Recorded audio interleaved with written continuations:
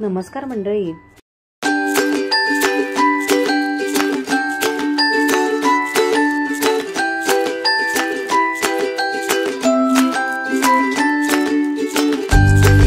मी अपेक्षा आणि तुमच्या आर्वीज किचनमध्ये खूप खूप स्वागत. आज आपण आपल्या किचनमध्ये झटपट मोदक कसे बनवायचे हे मी तुम्हाला दाखवणार आहे. चला तर मग रेसिपीला सुरुवात करूया.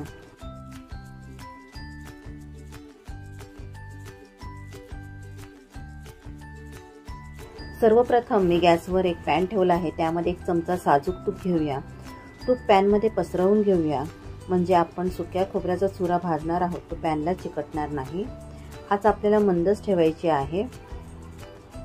आता या वाटीच्या मापाने मी सर्व साहित्य मोजून वापरून घेतलं आहे. मी इथे 2 वाटी डेसिकेटेड कोकोनट पावडर घेतला आहे. किराणा दुकानात सहज मिळते ही पावडर. ही पावडर आपल्याला 5 मिनिटे सतत परतत राहायची आहे. आता आपण 1 वाटी दूध घेणार आहोत. दूध खोबऱ्यामध्ये ओतल्यावर हे दूध खोबऱ्यात छान मिक्स करून घेऊया. 2 वाटी खोबऱ्यासाठी 1 वाटी दुधाचे प्रमाण अगदी बरोबर आहे. सुरुवातीला तुम्हाला हे मिश्रण खूप कोरडे दिसत असेल, परंतु साखर टाकल्यानंतर छान ओलावा येतो या मिश्रणात. 2 मिनिटानंतर आपण अर्धा कप साखर घेणार आहोत. यामध्ये साखरेचे प्रमाण तुम्ही तुमच्या आवडीप्रमाणे कमी जास्त करू शकता. आता हे मिश्रण छान परतून घेऊया.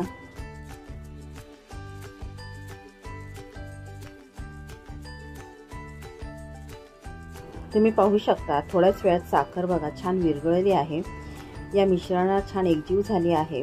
आता लगेचच आपण या चमच्याच्या मापाने 4 चमचे मिल्क पावडर घेणार आहोत. ही मिल्क पावडर या मिश्रणात छान मिक्स करून घेऊया.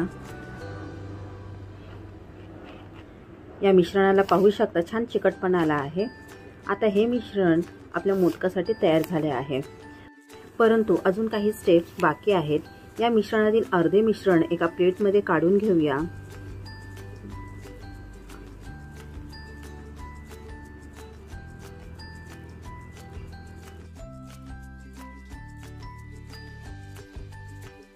आणि राहिलेल्या मिश्रणात आपल्याला खायचा नारंगी रंग 1 चिमटी टाकून छान मिक्स करून घ्यायचा आहे.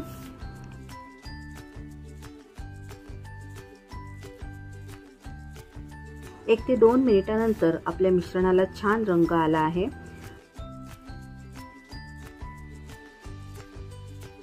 आता हे मिश्रण आपल्याला दुसऱ्या प्लेटमध्ये काढायचे आहे.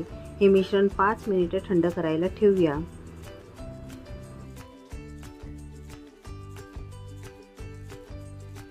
आता दोन्ही प्लेटमधील मिश्रण पंख्याखाली थंड करायला ठेवणार आहोत.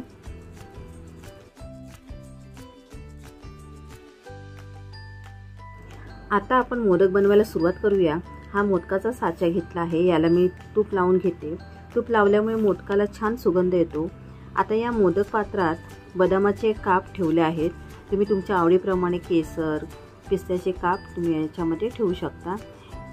बदामाचे काप ठेवल्यामुळे आपले मोदक दिसायला फारच छान दिसतात. आता आपण पांढऱ्या खोबऱ्याचे मिश्रण एका बाजूला दाबून भरणार आहोत.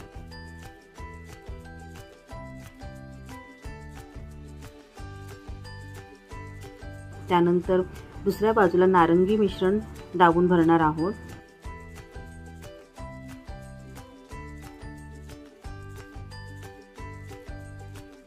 आता मोदकाचा साचा बंद करून आपल्याला खालच्या बाजूने देखील हे मिश्रण व्यवस्थित दाबायचे आहे, म्हणजे मोदक साच्यामधून छान सुटेल.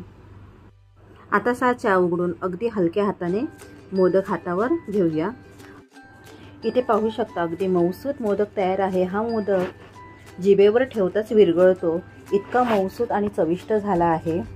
महत्त्वाची टीप, मोदक बनवत असताना 2 ते 3 मोदकानंतर मोदकाचा साचा धुवून पुसून घ्यायचा. पुन्हा तूप साच्याला लावून मोदक बनवायचे. साचा धुतला नाही तर मोदक साच्यातून मोदक व्यवस्थित सुटणार नाही.